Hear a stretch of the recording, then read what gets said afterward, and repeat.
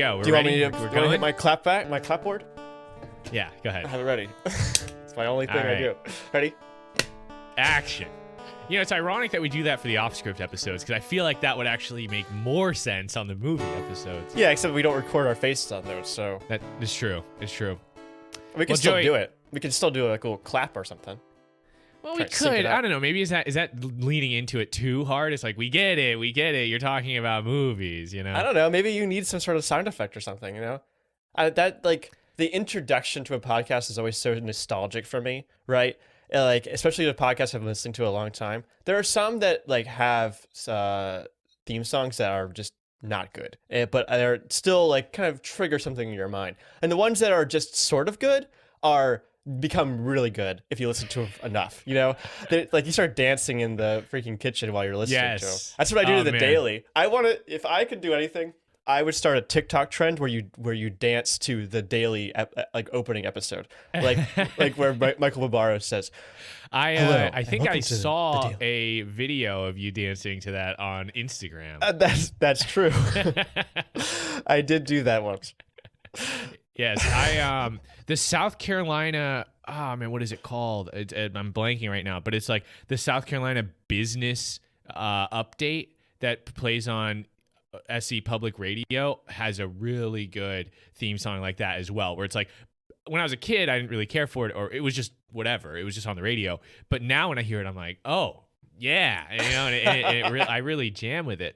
Another one is the the Dustin Squad podcast. Oh, that yeah. one for me, it was exhausting to listen to week to week because it was like a minute and a half introduction song on every episode. But now when I go back and listen to it, the nostalgia really hits. Oh yeah, no, I felt the same way. I definitely got like chills when I was listening to you back. Like I remember specifically walking my dog, listening to you talking about whatever was going on in your life that week. It's always so, it was just so nice. It was such a comfort. It's like, okay, now we're in this space, you know, now we're here. This is a familiar and comfortable space. So yeah, it's it's an important part of structuring the episode. Whenever I go through like the podcast files that we've made, it's always hello. It's always the first second of every episode. Yeah. No, I think that's so good. I think having that consistency at the beginning is so nice. Like being able to have someone talk along with it, I think is right. Your goal, right? You want someone to feel like you're right there with them. You know exactly what to expect. So Right, definitely. Well, Joey, this, for the last 21 days, roughly, I've been taken over by kind of a mental chaos, kind of a storm of, instability going on in my mind. Sort of March Madness, if you will. Oh, I thought you were going to say the storm was upon you. Wait, what are you referencing? I'm referencing. I'm sorry. Oh, no. I'm referencing the basketball tournament that is finally back after a year absence, one of the COVID cancellations of last year. And I don't know, I've gotten into March Madness as I've gotten older and just interacted with more basketball fans. But I guess I wanted to get your take on it. What do you think of the 64-team college basketball tournament that takes place and takes over the lives of many young men every March? So I went to Catholic school for 12 years, but something that we did religiously at that Catholic school was fill out brackets. Wow. Because we were in central North Carolina and we have three big schools right around us, NC State, UNC, and Duke, which are almost always in the competition. There's other ones too. Wake Forest is sometimes in there. ECU occasionally, not all often. And so it's always a big deal about who's your team, who's your basketball team, who you're gonna go for. And I remember at least a couple of years in at least 3 of my 8 classes I took, we would fill out a bracket, and it was like part of the curriculum to fill out a bracket. Wow. Like that's what we're doing today, you know? Oh, it's statistics class. It's an excuse to fill out a bracket. Oh, it's a history class. I guess you could fill out a bracket. Oh, it's theology class. Yeah, it's an excuse to put your faith in a team. That's right. Exactly. And I was never very good at it. I think one time I got really close. I think I was like second or something, but it's always been blind luck. One year. Yeah.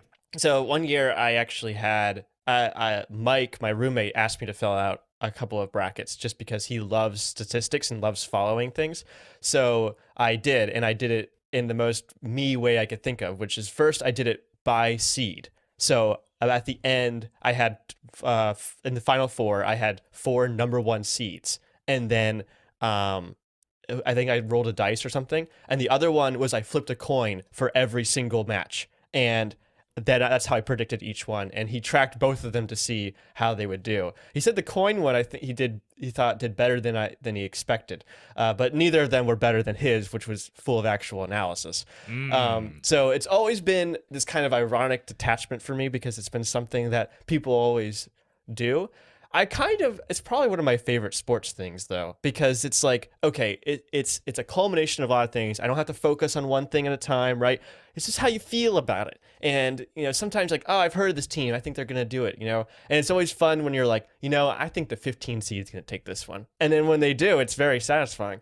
But, you never really know when that's going to happen. Oh, yeah. Nobody knows, which is so, yeah, my initial take, I didn't watch any college basketball until I got to college. And I was around so many of my peers who were like, fill out a bracket. Yeah.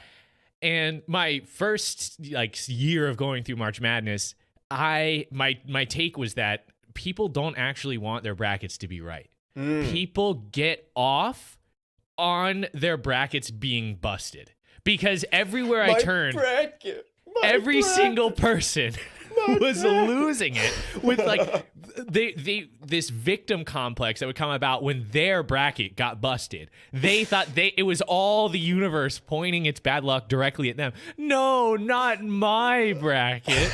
Oh, my bracket's ruined. Everyone's conspired to ruin my bracket. Of all the bad luck, that's the thing. It happens to literally every single bracket. Nobody gets it right. Nobody gets it perfect. No matter how well you know college hoops, your bracket is going to be ruined in one way or another. So I thought it was stupid. I was like, you guys don't want to be right. You guys just want something to complain about. So that was my initial take. As I've gone through many iterations of this, I recognize how cool it is to have a 64-team tournament. I think basketball is a really cool sport in the sense that you can play it often. It's the curse of my favorite sport, football. It's like you can only play this 20 times a year, tops. Yeah. If you play it more than that, even that is really hard to do. A lot of players can't because they get hurt. Basketball, on the other hand, you can do it multiple times in a week. It's awesome. So I appreciate that, but now I've gotten to, I think, a similar ironic disposition that you're at, where I'll fill out a bracket, but I only want to be right to spite the people who know what they're doing, right? I only want my bracket to do well. That's the dream. So, the dream is to know nothing about basketball, but have a perfect bracket, and just to be like, you don't know anything, basically. Yeah, it's futile. It's futile. Yeah. And let me make sure. I said that word in a different podcast, and it sounded like I'm saying feudal, like it's a feudal society. It's futile. It is. There can only be one winner, right? And everyone else beneath them reports to them. And then there's the serfs at the bottom who don't even get in the tournament. And we enforce a belief in a divine right to that person who's at the top. Exactly. No. It is futile to think, at least that's my opinion, it's futile to think that you can get it all figured out before it all begins and then that you're proving it by having the best bracket. No, I think it's all luck. There's so much luck, which is part of the fun, but it's also why you can't really predict anything. So yeah. I did that again, and I want to report at the time of recording, which is Sunday the 31st. This podcast won't come out for another week, but at the time, the Affable Chat bracket is at the top. We have the most points in the March Madness group that I'm in, which has over 25 brackets in it. So, and the way I filled it out was by sitting on the toilet and filling it out in one go, not changing anything, and hitting submit. Wow. And it's working out for your boy. It's far. and I know that the being right at the beginning is mostly about catching the upsets that happen in the first round. After that, you the best teams usually do advance, and you have to like some of my real big upsets that made it past the first round will probably not make it that much further. But at this moment in time, having zero knowledge totally is actually working out. I always hear these stories about like one kid somewhere has like a perfect bracket, but like, up to a certain point, right? It fails in like the Elite Eight or something. But it's always interesting because it's like by the law of large numbers, so many people fill out these brackets, so many people fill out multiple of them. Even people who aren't even interested in the sport will end up filling out brackets. So like it's, by design, there's a pretty good chance that somebody somewhere will get one that is mostly right. Although there's just so many combinations that it's statistically not possible, basically. But that's what I was going to say. You said there's a pretty good chance of somebody. Is that even true? Isn't it still pretty unlikely? I don't know. Well, it's pretty unlikely for anyone to get all of them right. And, a lot of brackets are probably going to be similar, because people don't understand how it works, or people will go by similar analysis or something. They'll all read the same articles. But I don't know, like you have enough people out there filling out brackets. Eventually you'll have one that is going to get close. I wouldn't say anyone's going to ever predict one exactly, but like that's always the story is like, oh, we found the one guy who predicted all of the Sweet 16, and it's just like, oh, wow. It's like, oh, wow, this guy's some sort of savant, he knows something about basketball that nobody else does. We should be going to him for all our takes or something, Tell us who to draft for our NBA team. Like this guy, right. He knows basketball. Actually, my son actually has a perfect bracket, but oh no, he's trapped in a balloon flying above the sky. He's up there. This is a huge catastrophe here. My and God. He's got in the brackets up there with him. I remember that story. I think about that all the time. When did that happen? It was in the 90s, wasn't it? I think that was too young. No, that was 2007. I remember because we talked about it in one of my classes in high school. We had to write stories about the news, like summaries about the news every week or something, and everybody wrote about this one story. And like the question at that time when I wrote the story was whether it was real or not. And I gullibly believed that it was real, that a kid actually had gotten stuck in a balloon, because I didn't think people were going to would be that cynical and try to be on TV that badly. But it turns out that I was wrong, and that people actually just want to be on TV at any cost. So. I don't remember where I first heard about that, but when I heard about it, it was old news. It was like, this is really similar to the Balloon Boy story. And I was like, yes, the Balloon Boy story from lore, must have happened in my Do you know the name of the Balloon Boy? The what? The name of the Balloon Boy? No. What's his name? Falcon. Maybe that's where they got the idea. It could be. What if Falcon just floated away? What if Falcon could fly? Oh. But it's, I don't know. I still haven't watched any of March Madness despite filling out a bracket, partially because I've been busy, but also partially because I usually don't watch.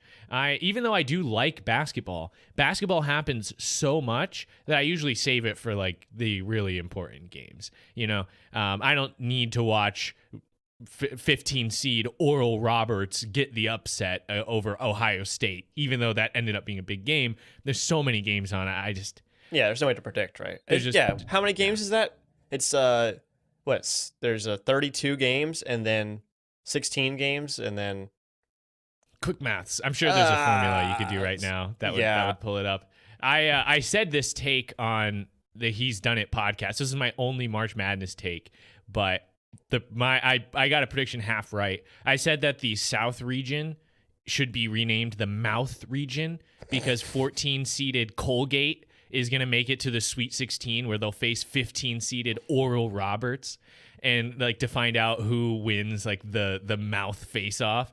And I even referenced a source where I found out that 9 out of 10 dentists agree that this matchup is going to happen. No way. Wow. And I was wrong.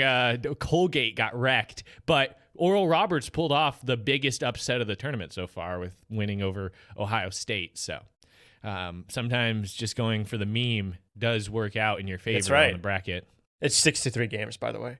Okay. Yeah, I mean, that reminds me of what's it called, like the Sword of Truth or something, or the Sword of Destiny. That football thing that our friend Cody always talks about how like when it's like a Thundercats reference.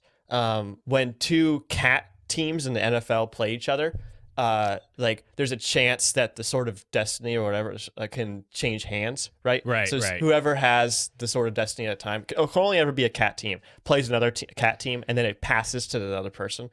I love that stuff. I think that's really funny. There's a Reddit community, something, it's been a long time since I looked at it, but it's like the evil empire of the NFL or something. And it's like all the teams that have 5 championships or more are considered part of this. And they have a similar goblet that they pass around. Whoever wins over the team who has it gets to keep it. Cool. So they constantly keep track of that. That's the, because the 49ers, they're not an animal that you can really put in the same category as other like teams in the NFL, so we have to just go off of how epic we are in general. So in basketball, you could have like a big tooth or something, or like some dentures that you pass between all of the mouth teams. That's hilarious. But then actually, so today, as the day we're recording, is when the women's tournament kicks off, and not that long ago, South Carolina won the women's bracket back in 2017. So I got invited to create a bracket for that. I have a friend who's starting a bracket group for that. And my first instinct was like, I don't want to fill out this bracket, because that was my instinct for the men's tournament as well. Yeah. And but I got accused. They were like, what? You don't think that women's March Madness is as important as men's March Madness? And my take on that is, no, they're exactly the same amount of important to me, which is I don't care about either. But I do have to caveat that with like the Gamecocks are in women's March Madness. So if I'm being consistent, then that would actually be the more important one to me. So I did set up my bracket. I think you can guess who I chose to win. But I put the exact amount of thought into it as I did for the men's bracket. And I'm going to watch probably the exact same amount of games. Wow. And then once that's over... You're really grinding for women's rights here. I think I am, because they're treating them completely equally, which is I don't care about either one. Although if the Gamecocks make it into like the Final Four, which I think they will, then I'll probably watch. But, yeah, they're usually pretty good. Whenever we filled out brackets like growing up and stuff, it was always the men's. It was always the men's that was featured, never the women's. And I guess like you could say like it could apply to both, but like no, I don't think it does, right? Because they're set up completely differently, aren't they? The teams are not put in the same seed, right? No, I mean the women's team is totally independent of the men's team. Right, exactly. So it was always the men's team that was the focus of all these. That was deemed most important. So. I mean, there's definitely trends for that in general in our society, as to which sports people pay more attention to. Oh yeah. But I don't know. I look at each individual sport as like a huge commitment, and I don't understand people who are able to keep it all under, like, keep track of everything. Where I'm talking to people, they're like, well, Gonzaga went undefeated this season, but Virginia is undefeated against top 25. And I'm like, either you just read that, or you're spending way too much time watching sports. Like, how are you keeping track of? And I'm not saying that somebody can't be committed to college football, but this particular person I know knows a bunch of other sports as well. It's like, man, you really got it. Like, you've really. I don't know, man. That's commendable for people to like be passionate about stuff like that, I think. So no, and again, I guess I don't want to come across as that, but it's like I have such trouble being multidimensional with like keeping track of sports and also other things, and I don't want to be consumed by being a sports Andy. But I think that's more of just my own preference. I mean, at this there's plenty of sports Andys out there. Yeah, I mean, that's the thing. It's like you can be a big sports fan and find lots of people that are bigger sports fans than you. There's, I wouldn't say an infinite amount, but there's a ton of sports content out there, and lots of people who love to watch it.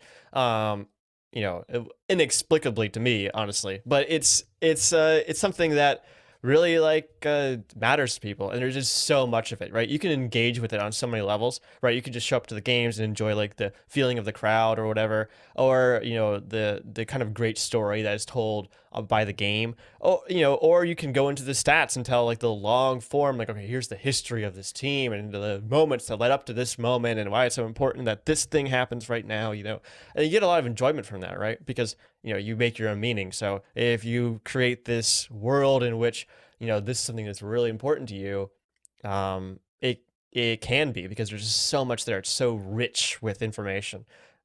I'm glad that you can appreciate that, because I know like it's not your go-to source of media, but I do think you understand what makes sports so compelling. I feel like I have to concede that sports are a necessary part of the world. Like, we need sports as a thing. Like, I don't know, I guess it's probably taken up other forms in the past, but as like a collaborative, collective effort, sports is like a really important part of culture. I just think there are certain sports that are designed very poorly. That's where I'm going to die on my hill. That's where I'm going. I can't say sports are bad. I can't say sports bad. That's where I'm at. Well, and I don't know. I see they collide on a lot of aspects. For instance, like my take on like sports fans is they're the same level of weeb as anime weebs, because it's so true. You cosplay as your favorite player when you put their jersey on. People spend tons of money. Jerseys are ridiculously expensive because they're all licensed and you always have to get the newest player, so you're buying a new one. And then you also you follow character storylines, and it's like, oh yeah, I really like this guy's the Russell Westbrook Thunder arc has concluded, and now he's like the triple double journeyman, and like it's a new arc for Russell Westbrook, and that's definitely just as much of a storyline as Naruto doing this or Deku doing that. You've got all these different, also just having a favorite player, I feel like also kind of overlaps with oh, he's my favorite character in that anime, that's or even a favorite team, you're aligning with something inside of that sport that's totally arbitrary. You're just deciding to attach meaning to it, which people say because it's a sport is more legitimate, but I don't think that's true. I think it's the same amount as legitimate as somebody being like, oh, I really love, I don't know, some team in some anime or some group of characters that belong to a certain tribe or village for this Sure. ninja anime or something like that. Not to mention that they both have conventions, like cons, if you will. And what's the sports con? Yes, sports cons? Yes, there are sports cons, and that's where you really find the sports weebs. And I'm not talking about there's some place where they have football con where you go to trade football cards or something. I'm talking about events that are for the official sport that aren't people playing the sport. For instance, the NFL draft. People go to the NFL draft to find out who gets picked for their team. And they show up in their jerseys and go wild and have a party. I would love to go to that one day. I'm not saying there's anything wrong with that. But if you think that that's different from going to Comic-Con, then you're out of your mind. Yeah, I feel like it occupies a similar space for, it's a very popular thing that people enjoy together, so that's the thing. I mean, but the difference I think for sports is that there's a potential for infinite detail because you're dealing with real people and there's not anything can happen. You know what I mean? But to a certain point, obviously. But a certain person could suddenly just disappear off the map for some reason, right? Whereas that doesn't necessarily happen in a scripted show, right? And there's background and people in the background who are making the show, but that's not really the thing that got you into it. Whereas in football or sports, it's always the story of the player at the moment. That's really, I think, what gets people invested in it. True. And so I guess I have itself. I should recognize the reality of sports where you can meet the players for real. They might exist in your community and have an impact on your day-to-day life through their successes, which is pretty freaking cool. So sure, I'll concede that, but I'll give you one more thing, the reason why sports and anime are the same, and then we can move on beyond sports here. Car wraps, okay? Have you ever seen those like cars that have so many NFL stickers, or like the body paint is the team colors, and they have flags sticking out of the top? That has the exact same energy as those sports cars you see that have like anime titties all over them. The exact same energy, same level of weebdom required for you to go to the auto body shop and be like, it's time to like change It's time to do this. Yeah, it's time. It's time for this guy's face to be on my car forever. I don't think enough people know how much of a fan I am of this thing. Yes. And I need everyone who even gets a cursory glance at me through traffic to know That's exactly right. I how want much there I to love be this. onlooker delays everywhere I go because I look so ridiculous. I want this to blend in. I want this to be moving at a certain speed for people to think that a TV is playing nearby, that someone's running or throwing a ninja star or something. So that's my take. I love them both. I do. I'm not as big of an anime fan as I am in sports, but I respect the fandom as much in both. And I don't think that either one of them can lay claim to some sort of position of moral hierarchy above the other one, or some sort of legitimacy above the other one. They're both epic, and neither of them can look down on the other, in my opinion. Okay, I agree with that. I think that's a great take. Okay, I got to ask you, have you gotten your vaccine? I'm one dose in at this point. I've been, I think this is day 5 for me. Day 5. Since being vaxxed up. Very nice. Which kind of vaccine was it? I went with the finest Moderna. Oh, Moderna. Which is the one I've heard is the one, like, where Moderna people like spit on people who get Pfizer, but I don't actually. I see. I'm pretty sure the effective rate is lower than it is for Pfizer. I actually don't know. Maybe I've got the stereotype backwards. I really don't know. I just got the one they gave me. Hold on. I actually got my shot as well. I got it on Friday, and oh man, what a story, actually. So I'm not technically eligible yet to get mine. I'm not my state has not gone down to my group, and my group has not been called yet for that, although they're supposed to be pretty close. I think I'm in group 4, and that's supposed to be coming through like in the next couple of weeks. But there was this, I heard this rumor, came through the grapevine. My girlfriend's dad actually got a vaccine as well, and he's also not quite eligible as well. And I'm like, well, how did he do it? Where did he go? What happened? Turns out that there is this clinic in a nearby county who is vaccinating like walk-ins only. That's what they said. No appointments are available on Fridays. You have to walk in, and you fill out a sheet or anything, and they just, don't ask, don't tell. Basically, you don't say, they won't turn you away. That just came up on the spot.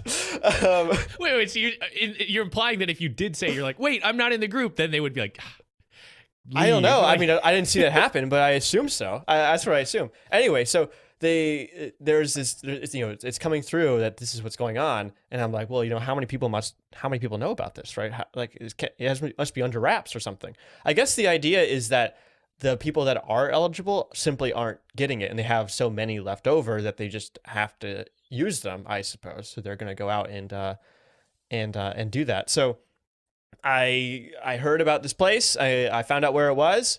They said that they were going to start vaccinating at 10 o'clock. Something, and Jenny was like, "You got to get there early. You got to get there early. This is like Disney World. You have to get in the line like an hour early. Otherwise, you're never going to get in, and you're going to miss all the good rides and all the good lines." And I'm like, no way. There's no way that everyone in North Carolina is going to show up to this clinic in the middle of nowhere, in one of the least populous counties in North Carolina, just to get a shot. And boy, was I wrong. I show up at like 9:15, and I can't even see the building. There are cars backed up so far, and they have police people directing traffic at this point, and they make us pull into this church parking lot.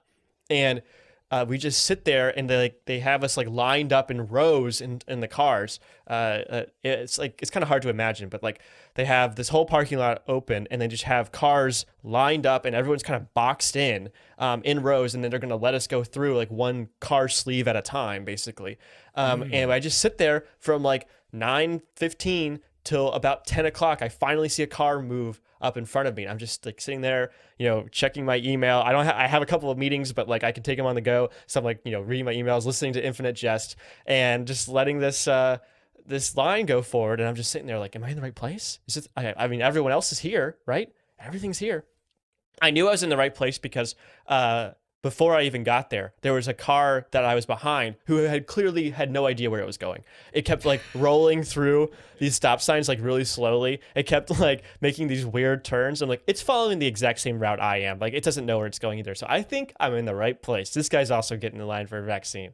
And as I was pulling up, one of the greatest moments of irony I feel like happened, which is where we were kind of zippering, right? There was cars turning left and I was turning right, and so people were letting cars turn left and then people turning right. There was another car that came up that wanted to go straight through the intersection, and so I let them go, and then I let the person who was going left go too, because technically it was still their turn, and the person behind me honked at me, and I'm like, you know why we're here, right? We're here to save everyone. Like like if you're thinking that like this obviously is for you too, but it's also for everyone else. Like, you're saving everyone else by getting this vaccine. So the idea that like we shouldn't let people go in front of us, like in this moment of like giant collective action, is so funny to me. I was just cracking up. If not now, when would you ever look out for your fellow man? Exactly. Oh, jeez. So I'm sitting in the parking lot, right? I'm just like anxiously, and like I can't tell because I can see other people in the cars sort of, but like I can't tell what the energy is. But people are rolling down the windows and talking to the police officers, and they're just kind of like, looking around. And it's not like a lot of jolly attitude. I kind of get the feeling that everyone's kind of anxious. Everyone's kind of like desperate. It's like, just another burden to go on to the last year of burdens. I got to sit in this freaking line for God knows how long in this, in the middle of nowhere. And I don't even know if I'm in the right place. I don't know if I'm going to get my shot. I don't know what's going to happen, And, so I just kind of get this feeling of like desperation. I'm like, like this like gritty, like this is what we gotta do today. I guess this is what we gotta do today. Like, people are like, taking off time at work and like to have their kids with them. And they're like, are we gonna, is this gonna be a total waste of time? How much of my day is gonna be ruined because of this? And then I can't get to something else that's important. So I'm sitting in the line, I'm waiting, and they finally move us up to the next section, and there's even more cars in a different part of the parking lot, and I'm sitting in that one too, and I actually pull out my phone and start timing the amount of time it takes between sleeves that they're letting go, just to get an estimate of how much time I have to wait for. And then finally, it's my turn, and the car in front of me moves, and I start moving up, and I pull in, like my foot is like, feels weird because I've had my foot in the brake this whole time, and they're finally moving and pull into the parking lot, and there it is. There's the clinic, the place I've been trying to get to the last 2 hours.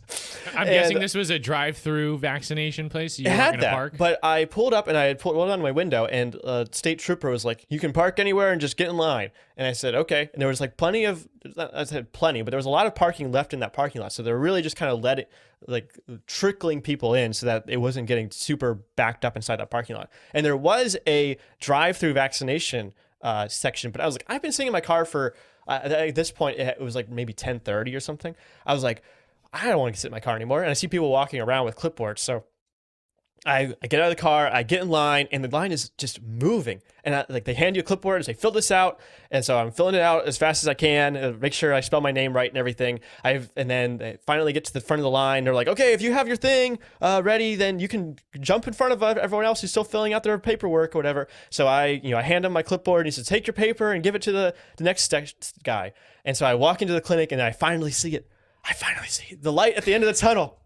And as I'm standing there, right, I'm standing on one of these little white X's that's on the floor to help space us out 6 feet apart. And I just get this like feeling, and I'm like, wow, this might be one of the last times I have to stand on one of these stupid little X's. Everywhere you go, right? Every restaurant, every Target, every store now has these little marks on the floor, and who knows if they're going to take them up or not after this is all over. I guess a lot of them are probably just going to leave them to rot on the floor and scrape away as people kick them by accident.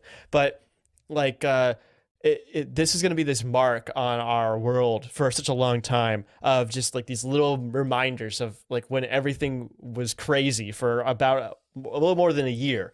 And I got that whole feeling of like, wow, this might actually be over by just standing there on that X. And in this clinic, it's a totally different environment, right? In the car line, I'm like, oh man, it's this kind of anxious, like just kind of uncomfortable energy. In there, they're blasting Uptown Funk. At least two of the people who are like directing like human traffic are literally dancing to the song, like just like straight up having a great time.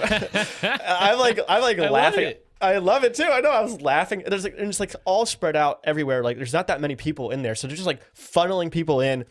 You give the person at the table your paperwork. They scan it real quick. They say, okay, looks good. Get in line. And I just walk up, and now I'm like, I'm thinking the whole time, like, I got to get out of here as quickly as possible, right? Because I don't want to take up too much space in here. I want other people to get from behind me to get up there. So I'm like, okay, I'm going to be as efficient as I can. I'm like struggling with my jacket, trying to rip it off as quickly as I can. I'm just like standing there awkwardly, like, I'm sorry, I don't know how my jacket works anymore. And like rolling up my sleeve. I'm like, is this far enough? And she's like, that'll work. Relax your arm. So then this nice old woman stabs me with a syringe and says, go stand in the gym for 15 minutes. They hand me a little card that says like I got the Pfizer vaccine on March 19th, and I go into the gym and I just stand around, make sure I don't collapse for the next 15 minutes. So I stand there until my next meeting starts, and then I get on the phone and get out of there. So what did you think? Did it hurt? No, I mean I was like, normally what I do when I get a shot is I squeeze something with my hand. I learned this from Dragon Tales, that PBS show. Yes. Was it Ord? Was that his No, it was the two-headed one. No, Zack and Wheezy. Yeah, Zack and Wheezy. I look back at my history. It's no wonder why I love dragons so much. There's stuff like this is definitely had an outsized effect on my view of the world. Zack and Wheezy were like, when you're getting the vaccine for the inevitable pandemic, make sure that you're squeezing something. Yeah. So it was like a shot in general. It was a routine shot that they had to get. And there was this whole thing where like they were so nervous about it, right? But they said like they actually said like if you squeeze something really, really hard, you won't feel it because you're focused on that instead of focused on the pain of it. And it's always when they pull it out that hurts more than when they put it in. So like I didn't have a really opportunity to do that because I didn't have anything to squeeze or anything, and I was just kind of sitting there. So I had jeans on, which isn't very good for squeezing. So I just kind of let it happen, and it wasn't a big needle or anything. So like less than 5 seconds, literally sat down, done, basically. Yeah. It was crazy. No, I was like, the thing is, I was so stressed out the day I was going to get mine. I don't like getting blood drawn. I don't like getting let me rephrase that. I like getting vaccinated because I believe in the science, but I don't like getting a needle shoved in my arm. So I always try to distract myself by just looking away. But unfortunately, the way they were doing it, like to my left was where the vaccine was going in, and to my right was another person getting vaccinated. So I was like kind of looking like at the ceiling at an angle, but it didn't hurt at all. Like I've gotten a yearly flu vaccine basically every year of my life, and I felt like this was less painful than even that. So I thought that was nice. It didn't hurt. Although the stressed out not controversial brain, but like pandemic brain, like I was like, did I even get the shot? Did he fake it? Should I have looked to see if he actually put it in my arm? But which I was like, why would they fake it though? Why would they do that? Yeah, they put up all of this infrastructure just to not give you a shot. And then to stick it into something else like a sponge nearby or something. Oh, you got it. But I felt the effects later, so unless it's just a very heavy placebo effect, I definitely got shot in the arm. Yeah, how did it feel? Like, what kind of side effects did you have? Well, to tell you the truth, I don't know, because I took Tylenol right after because I got recommended to take Tylenol after, and I don't usually take Tylenol, very much. So I don't know where this Tylenol side effects ended and where the vaccine side effects began. Generally, I was fatigued for about a day. Really? And I felt the soreness in my arm, but I'm also fatigued because I'm working a lot, and I'm also just fatigued in general. So I don't know. It wasn't, whatever the side effects were, they weren't super harsh. What about you? My arm has been sore for a little bit, but it's starting to get better already today. And like, yeah, I didn't have too much trouble with anything. I don't think I didn't have trouble I didn't feel like I was nauseous or even like tired necessarily. I mean, I went for a run yesterday and I don't know, I was not quite on my game, but I was still pretty good. So I didn't feel super weird about it. The only thing I was worried about is if I fall, I have to make sure I fall on my right arm instead of my left arm. So my left arm was still so sore. But like, yeah, it was it's been fine. So I mean, I haven't had that much of a severe reaction to it, which has been really nice too. But yeah, I mean, I was just surprised because like it's so funny to me just like how all of this comes together. When you're walking in there, right, you're like this is it, this is the moment, but it still feels so like haphazard. It's like we're in this weird building, all these people are around, but like you can tell like they all seem official. They're all wearing scrubs and things, and they have clipboards, obviously, so that makes them very official. But yes. You know how something like this works, like especially if something as kind of simple as like handing someone a card and then handing them like a vaccine. It can be like it can just be done by a bunch of people who are dedicated, and if they do it enough times, right, you get to the flow state, and then you end up just processing this super quickly. And so that's what it really felt like. It's like a bunch of people kind of came together to make this thing work in whatever way it needed to work, and whatever duct tape and WD-40 contraption they could come up with to make this thing work. And yeah, I'm super grateful for that. But it's also like, is this the response? Like I'm expecting like this big, government seal or like some message from the governor. He's like, thank you for showing up and getting your vaccine today. Here's what you can expect.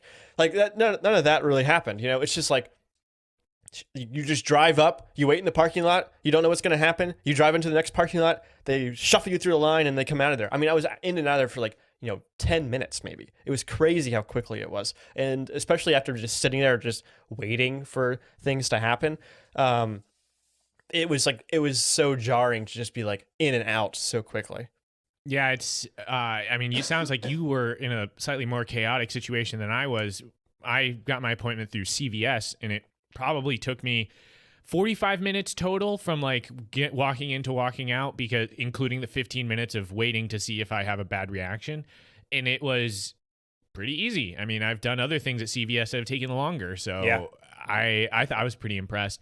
The problem with me was as soon as I found out that I was a frontline worker again, like once my work changed back to everyone has to be in the office all the time, and we can't safely social distance, which pushed me forward into the current group of vaccination. I started looking, and everywhere I was looking, there were no appointments. And I found an appointment that was far away, but still available. And I was like, screw it, I'll sign up. So I did it, and I was like, I'm going to have to drive pretty far, but that's okay, as long as I'm getting the vaccine. And then immediately after that, they opened up a whole bunch more appointments all over South Carolina, including where I live. And now I know people who are getting their shots just days after me who are, getting it.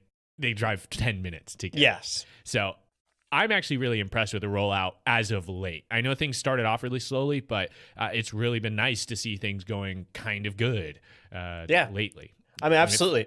It's so like, I mean, it's really encouraging to see that like come together, and for like this very tough logistical problem to be solved in a pretty promising way, honestly. And I mean, we're still not at that mark yet. Like we're supposed to, I think, 3 million a day, I think, is like the real goal. That's like that's what we should be hitting, and we're at like 2.5, I think.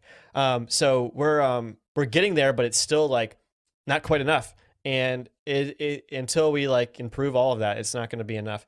But I mean, the introduction of we have 3 vaccines now, I think, and AstraZeneca might also be approved as well, which they're already using in Europe. That would be, I mean, that's going to be huge. It would be even more opportunities for people to get it. It's as long as, people get it. Well, you were talking about that feeling of like, here it is, like it's ending now. Yeah. I kind of felt that way, but I feel like that feeling will be stronger on the second shot. Oh, That's yeah. where I'll be like, okay, now things are really changing. And then even then it's like, you just have to wait, 2 weeks after you get the second one? But the light at the end of the tunnel, such a trite thing to say, but it's so true. Like we can see the ending, it's coming. It's going to be a good summer. That's what I'm hoping. Yeah, I honestly didn't think we would be able to do that. I thought we would be dealing with this still until September, but it seems like we may actually be done with it even faster, which is awesome. Yep. And like, I mean, just the ease that they're letting this go through, and just like, you show up and they stick you. It's I really like that a lot. I think that's so nice. It's so important to make these to make that decision to make this effort. And then somewhere down the line, you and I can do this in person. Yes, exactly. That's the thing that gets me. And like, this, but like I was working on like a extremely detailed video about the vaccine a while ago, but I ended up scrapping it. But the thing that really grinds my gears is people who are hesitant about getting the vaccine and yet are so are still complaining about COVID, right? They're like, oh, I wish I could go see my friends. I wish I could go eat in a restaurant or something. It's like, there's a way for this to end early, and that's by getting a shot. There's a way for this to be over faster, and that is if you take your own, like you take not a risk, but listen to what people are saying and go out and do something good for yourself and for other people. And I mean, I think we both demonstrated that it's actually not that hard. I mean, it seems like a kind of can be sometimes a hassle, but it's honestly like, a couple of hours out of your day at most. For you, it was 45 minutes. It makes a world of difference. You breaking that chain really will stop this thing in its tracks. And that's really what's important. And I don't know, it's just something that I think a lot of people are on board about saying, okay, I know this is going to be good for me and also good for other people. And that's enough of a motivation for people to do it. But for other people, it's just like, we're still unsure. We're still not there yet, And if you're on the fence about it, like you should go get it, at least for the people that are definitely not going to get it, because there are people who have already sworn it off, and we're not going to be able to get to those people, at least not all of them. So for the people that are hesitant, the people that are like, oh, I'm not sure, this is your opportunity to make that change and to save lots of people. That's the thing. I was reading some vaccine discourse on Twitter, which big mistake, but it made me think about how, if you were going to be authoritarian and force people to get the vaccine, how you could effectively get away with it. And I've heard of people genetically modifying mosquitoes in a way that's supposed to like curb their population. That's right. What if you could genetically modify bees or hornets or something, and you're just walking around and you just get stung with the vaccine. I think like there's probably a chance of getting too much vaccine, so that's likely a problem. But I wonder if there's anything similar to that where you could get I guess that's a pretty wacky thing to try to bring into reality, but it could be the type of thing. They're injecting you with something, so I think it's a similar process. I don't know. It has to be pretty precise and everything. I don't know. Like, I feel like a lot of people. I'm following this subreddit called r/lockdown skepticism that is absolutely infuriating. It's one of the worst discourses on Reddit. These people are not skeptical at all. They are very much of one mind. That lockdowns are bad, and they will look for any evidence that supports that. And I'm sympathetic to some of it. Absolutely, I'm absolutely sympathetic to like small business owners and to people, and people who have small children and everything. But like at the same time, like it's so important that we work together on this sort of thing. And like the fault is not that the solution to this is not that we have no lockdowns. The solution is that we help people who are in trouble by giving them resources to do that, right? We're funding their life instead of having them have to rely on something that they can't rely on anymore. It's illegal to have a business or something, for some people, which is crazy. And maybe the hammer is too strong in that regard. So I'm sympathetic to that idea. But like, I don't know. It's so like it feels so toxic to me because they're looking for any excuse not to do something, right? And there was this recent one where they're like, if they all have to do is vaccinate like the people who are 65% or older, and that will solve 80% of the deaths or something. Like that will save 80% of the vulnerable population. And I commented and then got downvoted into oblivion because nobody on there understands anything. And I said 80%. If you only vaccinate 8% of people, then 100,000 people would still die. Like you're not solving the whole problem, right? If you're like, oh, only this group of people should get it or something, it doesn't make any sense. It like differentiating between the vulnerable and the non-vulnerable is an impossible task. And so like making that kind of distinction is not something that is practical at all. And this idea that you can just differentiate between the two is silly. So like this idea that, oh, like the government's going to come down and force you to do something, or like, oh, these lockdowns are going to be here forever, or like they're finding ways to make us more, to bow to authoritarianism. I just don't buy it, because people are more nuanced than that. We're all uncomfortable with what we have right now and want to change that, and so we are taking steps to do that. And what if it comes to the point where people are still afraid of it beyond the I feel like reasonable fear, like that's a problem and we should fix it. You know what I mean? It shouldn't just be like, oh, this is in place and so it's going to be like this forever. And you signed away your rights and now they can just take them away whenever they want. Like, I don't know. I don't buy that argument because I think people understand the reason behind these decisions. It's not just that we're so willing or that we're sheep to things, right? It's that we understand what is happening and we're taking steps to avoid it. Yeah, no, I mean, there's a couple of things. First, when people are like, death is the only consequence possible from COVID, I think it's totally ridiculous. When they're not taking the long-term effects of catching COVID into account at all. It's like that TikTok I made where there's only two outcomes from getting run over by a car. Either you die or you're completely unaffected. And so we shouldn't have to look both ways before we cross the street because statistically, you're not going to die if you get hit by a car. It's actually, you're in the vast minority if you die from getting hit by a car. You'll probably live. Okay. Right. And that's such a stupid take to say that, okay, fine, I'll just get hit by every car then. It doesn't matter. Same thing with COVID. It's like, oh, I'll just catch it because if I don't die, then I'm totally fine. Maybe my smell is permanently diminished. My ability to taste things maybe potentially permanently diminished or some other thing that we don't know about. But as long as I don't die immediately, then I'm totally fine with taking that on because freedom. But then the other thing is I've been thinking about this throughout COVID. And I think a lot of the things that we suffer from are symptoms of freedom, where you're allowed to be as free as possible, where you're so free, you're allowed to be just a complete moron. And nobody is going to stop you. Yeah. Right? And just no matter what the downstream effects of your blatant stupidity are, there's no consequence directly to you. The state is not going to come silence you. The state is not going to show up at your house and arrest you for being an idiot.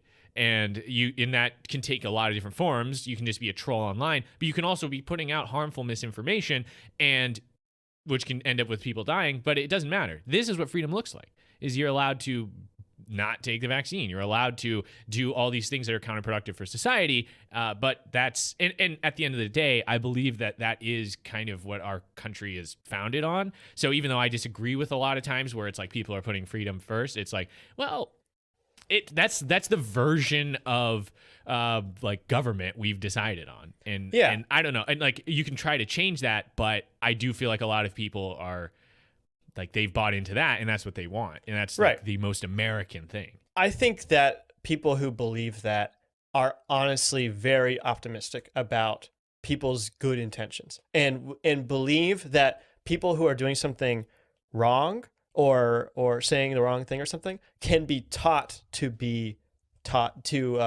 change their minds, right? That I think that people who believe that like radical freedom is a good thing believe in the inherent goodness of people, which I don't ascribe to that actually. I think if you look back through history, our response to this crisis has been better than it has been in the past. And largely because we've had people who are more educated, I think, and understand the situation more nuancedly and better than ever before. And I think in the future, when we have another pandemic, which might happen in another 100 years or something, it'll be the same thing where the number of cases will probably be halved because so many different people will understand the situation and will be reacting to it responsibly instead of irresponsibly. The anti-maskers and all the people out there who think that it doesn't exist or whatever, or it's caused by 5G, they're just a remnant of our past and are always going to be there and always have been there. Their numbers have diminished over time, but they've lost credibility over time. But that's like a natural state for humans to reach, And I think over the long-term period of time, maybe we'll have progress in that, but it's not easy. You know what I mean? It doesn't happen just automatically. Yeah, and it also depends on what you consider to be freedom, because some people might say my freedom to not get vaccinated is like the free. I think there's like a concept of positive and negative freedom that you can use to calculate just how free you are. But I look at the freedom to not catch the pandemic as freedom. Like that's something that I look like, it's definitely not, I'm not losing anything. I'm gaining massively by having a country that tries to put a needle in my arm. So, definitely room for interpretation there. But at the end of the day, when I see a lot of these crazy things I totally disagree with and I think are counterproductive to a lot of people's lives that they totally agree with, I don't know how right I am to tell them that they're wrong, because their belief system, I feel like, aligns more with what I believe this nation is built on, or like the direction that the founding fathers pointed this direction when they set up our government. There are certain benefits to setting up your government differently that might not include so many quote unquote freedoms. And I don't know, I know it's totally reductionist to just be like, well, if you don't like it, then leave. But I do think that there is something intrinsically different about the way we set up our government, and there's pros and cons to that. Yeah, and I don't know. I mean, it's like seatbelt laws, right? I believe that you shouldn't be able to fall off the floor. If you can hit rock bottom or something, but that should not cost you your life. So like in this situation where lots of people out there could die and the consequences of a single person could affect the lives of many, many other people, right? That feels unacceptable to me. That feels like there needs to be a stronger, not a complete, but a stronger response to that, and to cracking down on that and holding people accountable for being wrong and saying the wrong thing and stuff like that. But in other cases where it's like, oh, it's just it's your right to be dumb and it's only going to affect you and I guess the people immediately around you who care about you, then yeah, I think I don't really have a problem with that, But at the same time, it's like it's the same thing as seatbelt laws, right? Some libertarians will say that there shouldn't be seatbelt laws and that we should trust people to do the right thing and wear their seatbelts, and we shouldn't have a law to enforce that. But as you've pointed out to me before, like if I die because I don't wear my seatbelt, I'm taking resources away from other people that might be using like that kind of thing, right? If I get terribly injured in a car accident and that could have been avoided by me wearing a seatbelt, suddenly the opportunity cost is the cost of those medical professionals' time, the ambulance driver, the police officers who are cleaning up the mess, anything that goes along with that, right? They could be spending time doing other things, cleaning up somebody else's mess instead of my mess, right? So that's why it's a benefit to everyone for individuals to be safer and to enforce that kind of safety. And I feel like the same thing is true for like money too. You have the freedom to lose all your money, but you shouldn't have the complete freedom to the point where you would die if you have no money. Like that seems like you're falling off the floor where you're falling and there's no bottom. There's nothing to catch you. It's just an infinite abyss of depth, right? And yeah, maybe that's radical freedom, but I disagree that that's actually radical freedom. I think that you're actually limiting people by forcing them to spend money to live, basically, which I think is just, I don't know, it's silly to think that way, to think that you you have to make a certain amount of money in order to be alive. I feel like it's so wrong. And it just ties into the same thing with COVID, right? You want people to be able to do what they want, and you want people to have that freedom, but you don't want it to be so, you want the effects of that to be so detrimental that somebody else could die. And parsing that is so difficult. Making that decision about where that line is drawn is so difficult. But I think a lot of people, I think the evidence that there's lots and lots of people in this country who will do the right thing because it's the right thing to do. And there are other people who will simply not do it because they think, because they get into their head that they're more important than everybody else. There's something that Jenny said to me early on in the pandemic. She said, like, you can see everyone, you can see the people who care about other people. It's written right on their face. The people who are wearing masks care about other people. People who are not wearing masks don't care about other people. And that is very telling. It's very easy for us to now tell, oh, you're a bad person now. And I actually do think that. And it's one of those things where, like, it grips you a little bit, and you want to keep track of that. And you're like, oh, like, you're one of those people. And I don't want those people to get away with it, even though, like, I don't know, how much can you really blame them?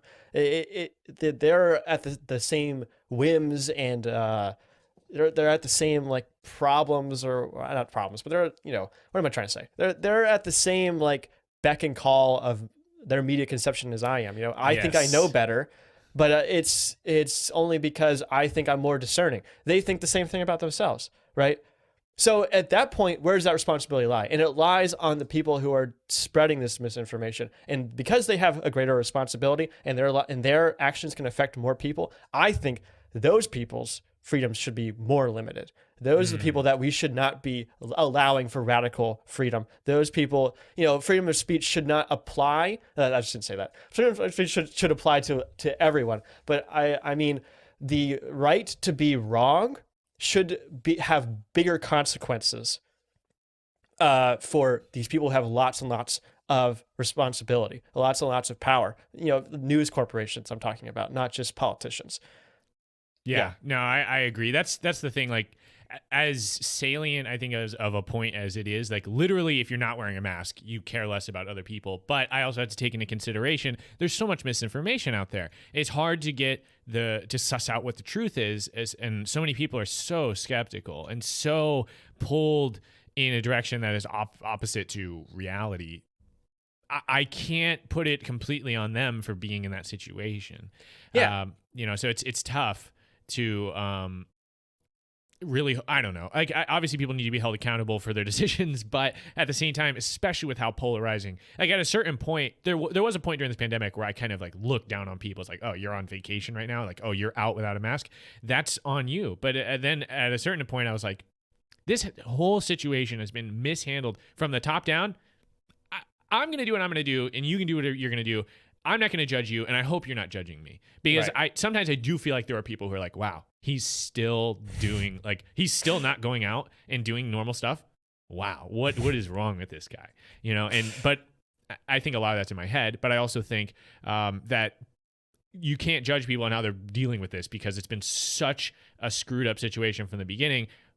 We just got to get through it, and then that's the thing that's so hard about this, because I'm tempted to fall into that exact same line of logic and say, oh, like, I'll do me, you do you, everyone will deal with this their own way. But that's not really the case, because it affects all of us, the actions of a few people, right? Not just at the top, but, like, just people in general. If they are out there, like, spreading germs, then that affects lots and lots of other people, right? And at that point, it becomes less about their own choices, and it becomes about how they're affecting other people's lives, right? If you believe, I think you hinted at this before, but if you believe that everyone should have the freedom to do whatever they want, then the freedom to live should be the top thing on that list, right? And you don't have a right to restrict someone else's freedom to live, I believe. And that should extend to spreading dangerous pandemics. So it's hard to, like, say,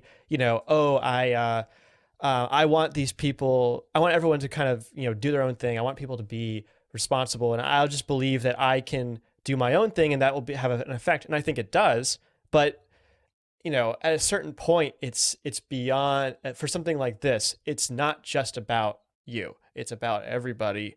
And it's about you doing the right thing, even when it's hard.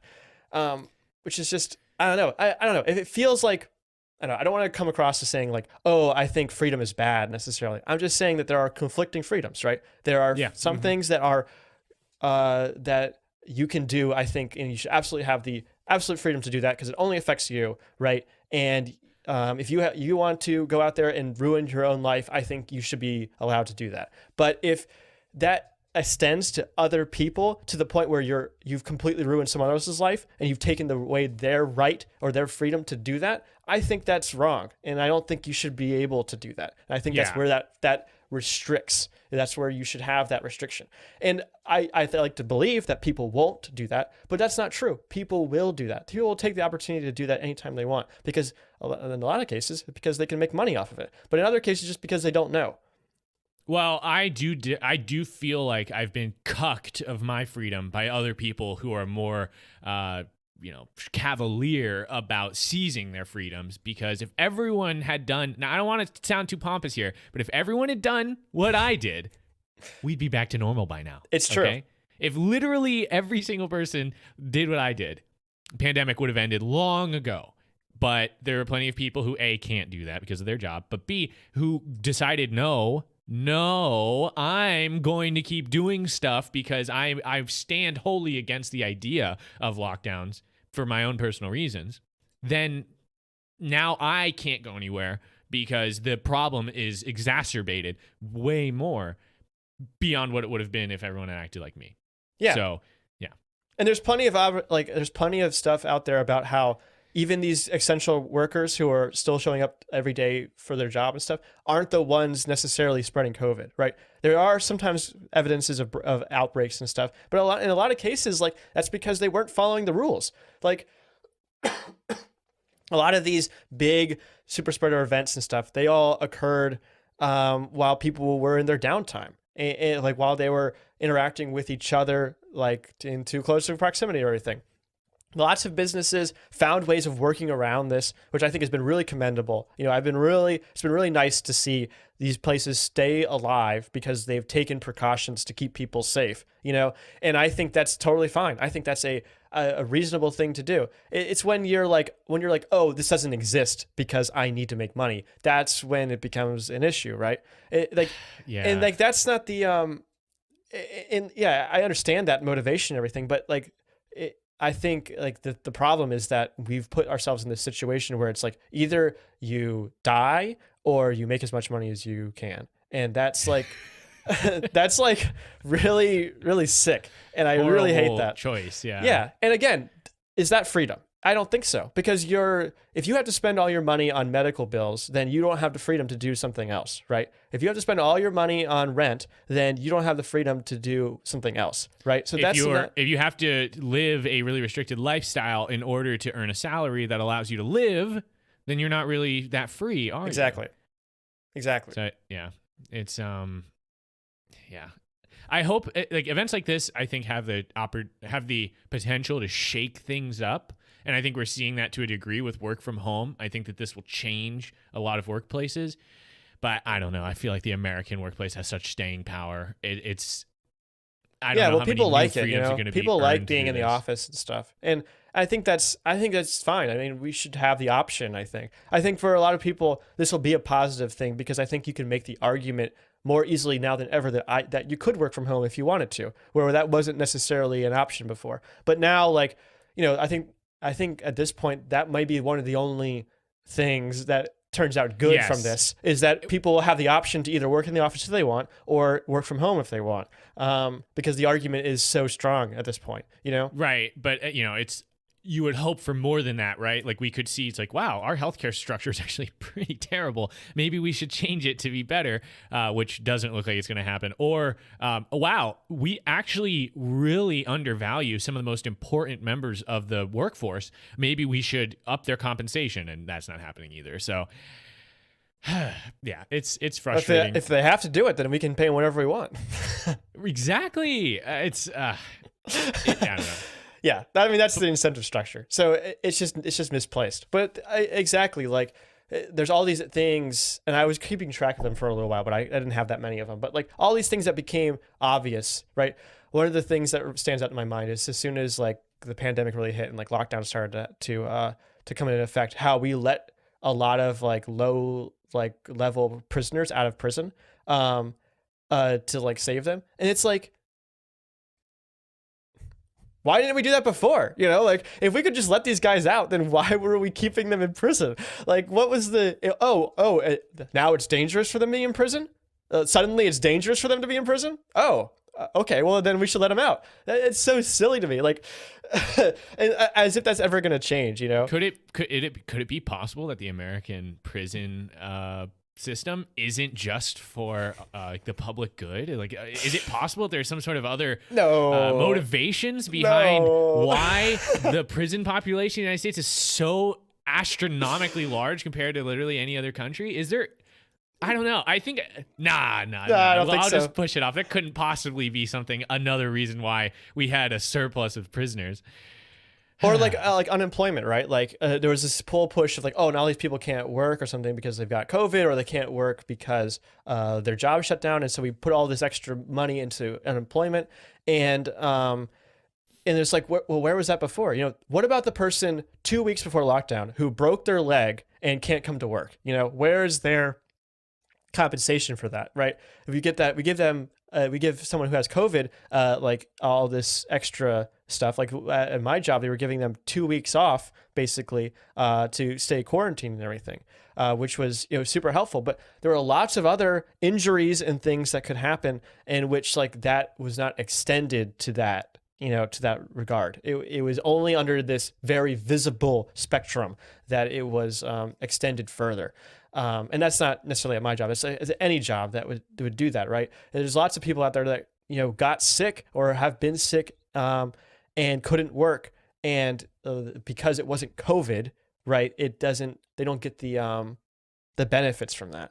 Yeah. So that's the thing. It's like it's crazy. Every single like COVID death is a tragedy, and it's like, but that's it. Like, there's plenty of other diseases that people can't afford treatment for, and they die. That's not a tragedy. It's like, what? Why?